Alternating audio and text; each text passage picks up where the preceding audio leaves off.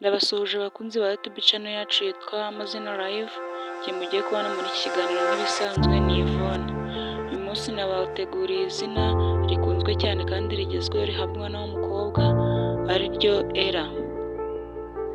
Wibutsa gukora subscribe, share ndetse na like kugira tuzajye tubana umunsi ku munsi. Reka tubanza turebere hamwe inkomoko ebyiri z'ingenzi ry'izina Ella tubone gukomeza.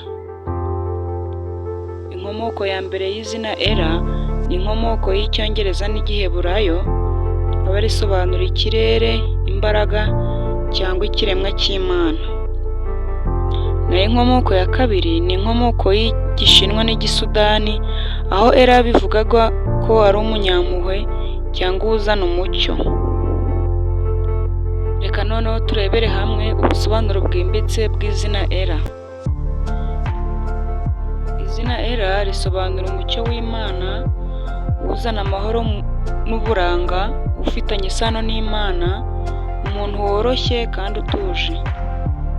Izina Ella rigaragaza umuntu w'ineza, utanga umucyo mu bandi kandi wubaha Imana n'abantu.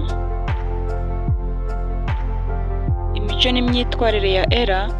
Ella ni umuntu woroshye, ufite umutima mwiza n'urukundo, afite umutima woroshye kandi akunda kwita ku bandi no gutuma abandi bumva bamwishimiye. Ni umunyabuntu kandi afite ubushobozi bwo kwihanganira abandi.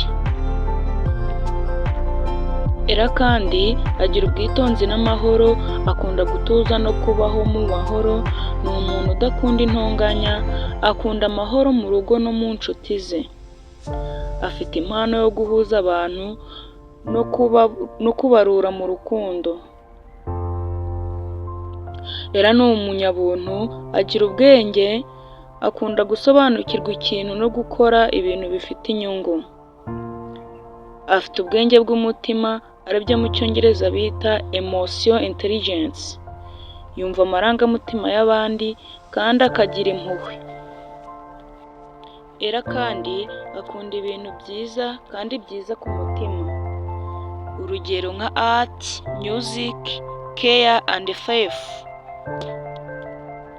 Ella ni umuntu wizerwa cyane, iyo yemeye inshuti cyangwa urukundo akomeza kugaragaza ubudahemuka, ntacika intege ku bantu akunda kandi ahora ashaka ko ibintu bigenda neza. Ibyo Ella akunda. Ella usanga akunda amahoro, ubudahemuka mu nshuti n'urukundo.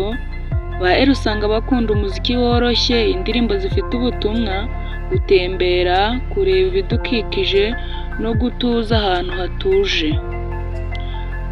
Ella bakunda imiryango n'abana, bafasha abandi no guha abandi umunezero. Hari ibyo ba Ella badakunda cyangwa banga mu buzima bwabo. Ba Ella usanga banga ibinyoma, ababeshya, ntibakunda uburakari, intonganya n'abantu batagira umutima mwiza ntibabakunda. Ba Ella ntibakunda kunanirwa kubahwa cyangwa gusuzugurwa, uburiganya ndetse n'abantu batagira gahunda. Ba Ella ntibakunda kwigaragaza birenze cyangwa kwirata. Mbese ba Ella usanga ari abantu beza mu mutima, bafite amahoro kandi batanga urumuri mu buzima bw'abandi.